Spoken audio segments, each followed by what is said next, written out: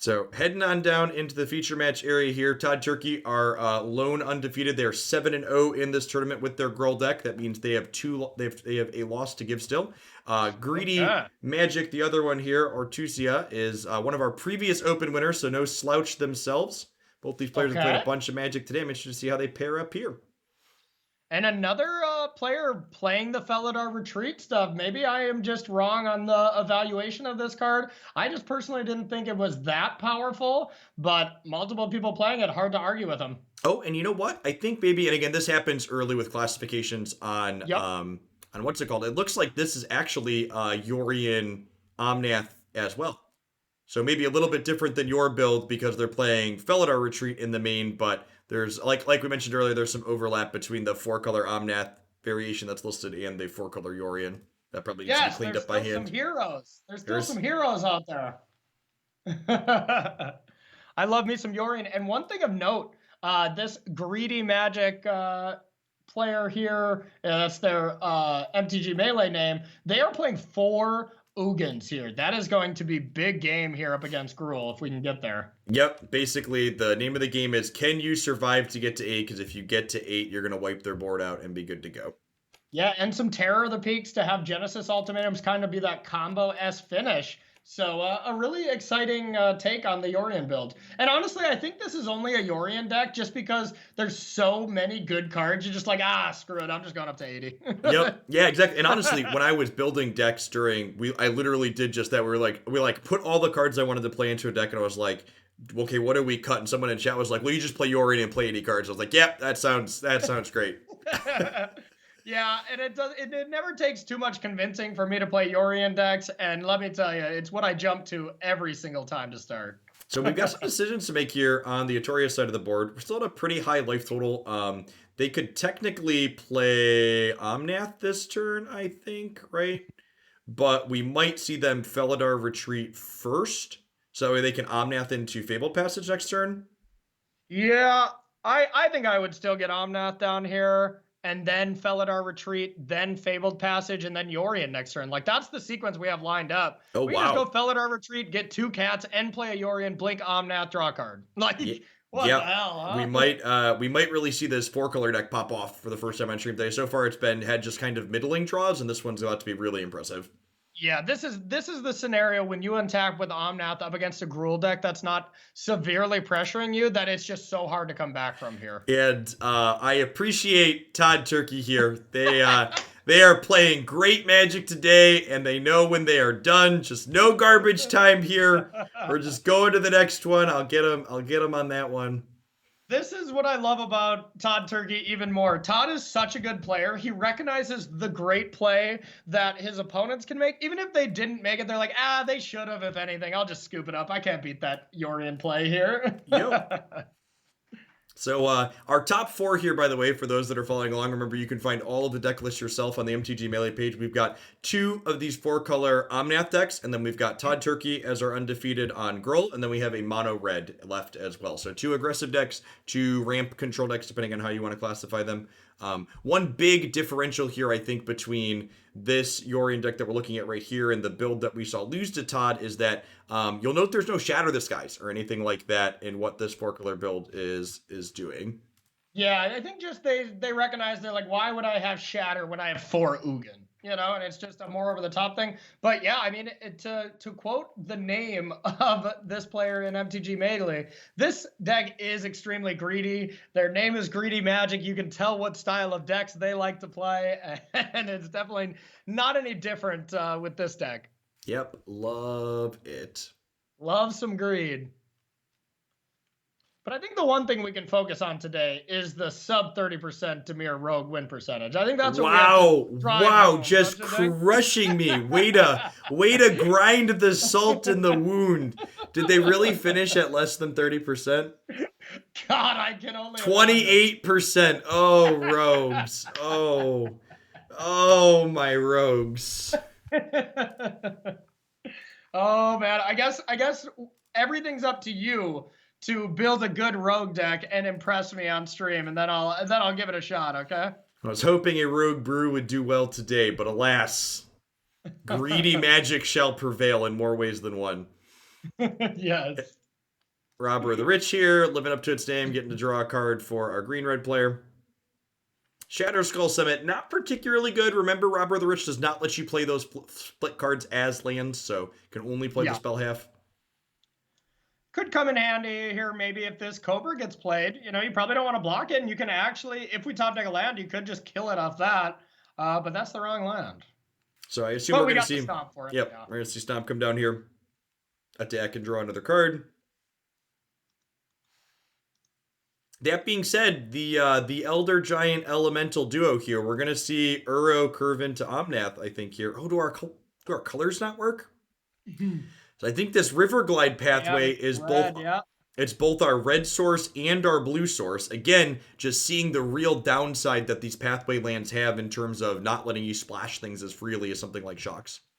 Yep, agreed. You see the problem with it here, and now we have a choice. We can just cultivate, you know, and put that blue land down, get a red land into play, tap, so you can Omnath, and then do something next turn.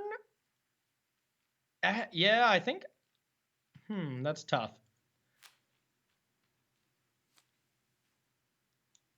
Yeah, I kind of want to just get mountain here. Yeah, this is what I would do. I would cultivate for double mountain, put one into play, keep one in hand, and then next turn you have Omnath into red source, melee gain 4. That's what I would do here. Let's see if they agree with me. Looks like they're coming in. Oh, maybe. Because you need double red here to make that play work. So it looks like with this setup, perhaps we're planning to go Felidar into mountain red cap next turn. Prioritize generating extra 2/2s. Reasonable. I think, yeah, that's reasonable. And then a real thought here is, I think, do you red cap the Questing Beast? Probably. Man, you just got to think that right now, Omnath gain 4, red cap melee Questing Beast seems like so much better of a play than just play mountain, Omnath, go, you know? I think so I guess you probably want to wait till they get into combat. You don't want to wait until after they declare attack, because if they Ember Cleave in response, you just get got. Yep, exactly. You're playing around a second Questing Beast by waiting here till the beginning of combat. And if there was anything that was like +1/+1 something, you'd have to red cap there. So yeah, that was a bit of a misplay on our Yorion player, but didn't get punished for it. Okay. And there's a Thundering Rebuke up top for our green-red player. So Omnath's going to get into play here and do a little bit of something, but it is going to get promptly rebuked next turn, I would assume. Yep. And that's another removal spell that I'm pretty happy with. Thundering Rebuke, it kind of kills everything you need to in Standard right now. Oh, you know what? And this is interesting too. I wonder if our bottom player here, is supposed to, you can play around that, and like that would have let your existing Felidar like trade with a Bone Crusher Giant or block the Robber of the Rich here. So like maybe a little bit of a misstep on our Omnath player's part there. Definitely a misstep there as well, just because, you know, there is red cap melees as well in Tom's sideboard, and they probably come in, you know? Yep. That being said, we're going to get a lot of cats with a lot of counters on them into play this turn, and it's not going to be pretty. So this Uro, okay, we're going to escape. I was saying we could Uro plus Cultivate here, which would equate to 3 lands hitting play. So we could get like 2 cats and make them 3/3s, or we get no kidding. We get 1 more cat and make them 4/4s. You gotta love the old classic Plains double mountain cast Uro play. Yep. Yep. Again, really just hammering. Oh, there's a Terror of the Peaks in this deck. How did I miss that one? All right, I'm going to look at this deck list again and see what I missed. Yeah, it's terrifying. That's for sure. 2 Terror of the Peaks. Yep. Why not? Why not? When you put them in play with Genesis Ultimatum, you pair that with an Uro and just fireball to the face. Let's go. I would accuse them of being greedy, but I think they know. Yeah, you did see their name on Melee, right? Yep. They let us know they know who they are and they represent it well. I think that last one I would have once again put a counter on, because you're making a cat at the end there is 2 power. Putting a counter on stuff is 4 power you're representing. Plus there's a decent amount of 2/2s and stuff. So I think that last one I would have played that a little bit different. Yeah, being able to eat Robber of the Rich or trade up into Bone Crusher Giant both seem very reasonable. That being said, I feel like there probably isn't a particularly wrong way to eat this Reese's. Yeah, yeah, no kidding. No kidding. Yeah, like even this attack, right? Like if these were 3/3, so like you added a cat, but now you're down 2 cats.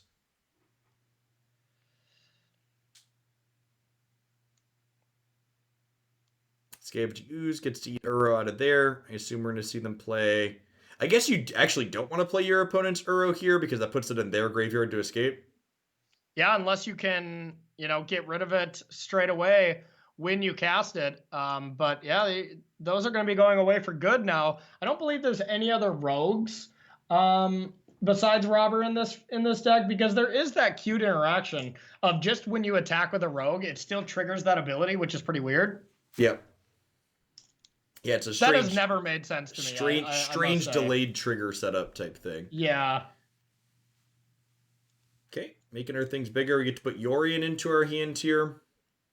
And then next turn, me down. next turn we're gonna get to escape to the wilds. I think the door's closing on our aggro player very quickly here.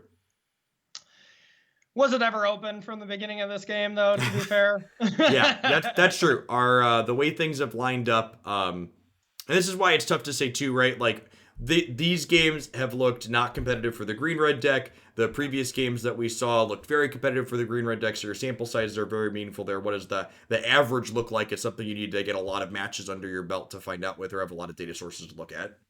Agreed. And once again, Todd has just played pretty flawlessly, and even our greedy Magic player here has actually made quite a few mistakes this game, but the overall just power level of this deck does not matter. It could have been punishing, but just look at this. I mean, this is just too much, and it's just so much value. And remember, for Todd Turkey / Green Red Aggro fans, they are not done and out. They were our last undefeated, so they had a loss to give still. So that means we'll have 3 players remaining, which I know for people that are used to traditional Magic tournaments, that sounds funky, but this is a double elim. We're not doing a single elimination cut at the top end here, so we'll be back with the lower finals here in just a minute before we end up on the grand finals after that. So we've got 2 more matches of Magic coming up yet. Thanks for hanging out today, folks.